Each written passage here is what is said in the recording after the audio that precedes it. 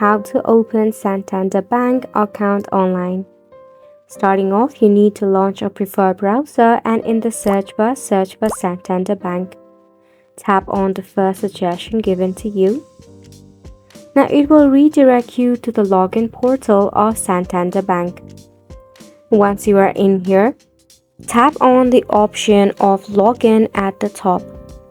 Now if you already had an account, you can just enter the username and password to login.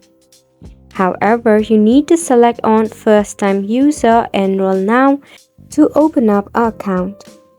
Now in here, in the first step is the identification, in which you can select your account number or your debit or credit card.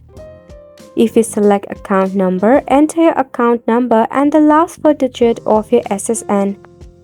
Now if you do not have one, just tap on don't have SSN. Now there are furthermore 3 steps, that is verification, creation and success. And by following all of the steps, you'll be able to create yourself your Santander Bank. Select on Enroll Now FAQs if you need further help and assistance. You can find out similar articles to the problem you are facing for. And it's a wrap for this video as well. Thank you so much for tuning in.